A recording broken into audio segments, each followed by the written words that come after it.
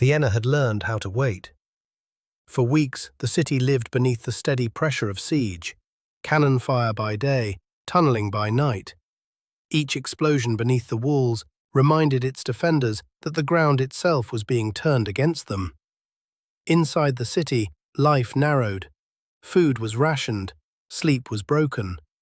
Men stood watch, knowing that relief, if it came at all, would arrive too late for many of them. Beyond the walls, the Ottoman army settled in. What had begun as a campaign of speed and force slowed into routine. Confidence took root. The camps grew comfortable. Feasts were held, entertainment appeared, and markets sprang up where vigilance should have remained. Vienna, by contrast, had nothing left but endurance. Messengers had already ridden west.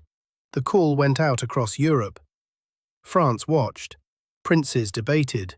Armies remained where they were. Across courts and councils, the risk was calculated and set aside. The call went unanswered. Only one king chose to move. Jan III Sobieski of Poland understood the stakes immediately. If Vienna fell, the road west would open, and there would be no second line of defense. He was not the kind of king who sent his armies forward while he remained behind. He mounted his horse and rode with them, driven by faith and duty, knowing that when the moment came, he would be among the first to charge. The march from Poland to Austria was relentless. Speed mattered more than comfort. Men ate in their saddles. Rest was brief and irregular. Horses were pushed to their limits. The road allowed no escape from thought. Every mile pressed the same truth deeper. A city was waiting, and time was running out. Sobieski rode at the front, sharing the same dust, the same hunger, the same exhaustion as the men behind him.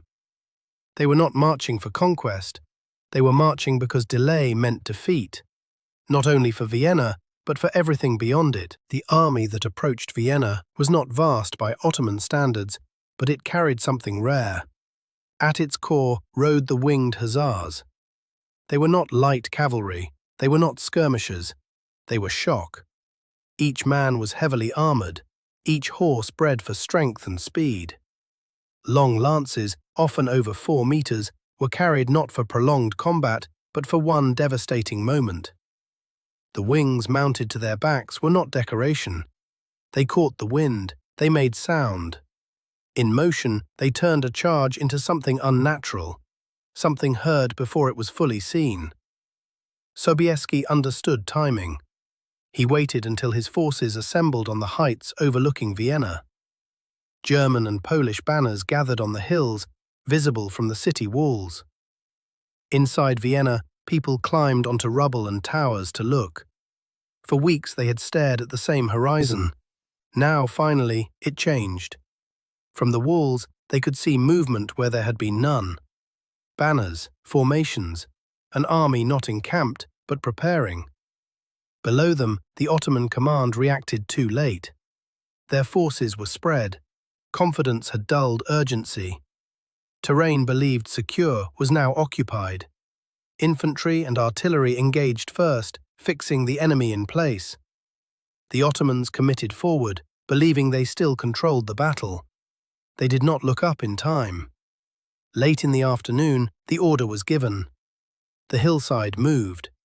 Thousands of riders poured downward, sunlight flashing on armor, wings screaming in the wind. The ground shook beneath hooves, driving downhill at full speed. The formation held, lances leveled, lines stayed tight. Momentum multiplied with every second. From the walls of Vienna, the moment felt unreal. Weeks of silence and dread gave way to sudden, overwhelming motion. For those beneath the charge, there was no time to adjust. The impact was decisive. Lances shattered on contact.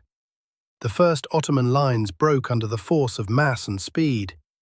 Where resistance held, sabres and pistols followed, close, violent, and final. This was not prolonged combat. This was rupture. Units collapsed inward. Command fractured. What had been an army became individuals reacting to survival. Sobieski pressed forward. He did not halt the charge once it began. Momentum was preserved until resistance failed completely. By nightfall, the siege was over. Inside Vienna, silence returned. Not the silence of waiting, but the silence after survival. Fires burned in abandoned camps. The walls still stood. For the Ottomans, the defeat cut deep. This was not a setback. It was a reversal, public, undeniable, and final. Sobieski entered the city not as a conqueror, but as a king who had arrived in time. The battle was spoken of carefully afterward, not with celebration, but with understanding. After Vienna, the balance shifted. The charge of the Winged Hussars did not end the war, but it ended the certainty of Ottoman expansion into Europe. For Vienna, it was salvation.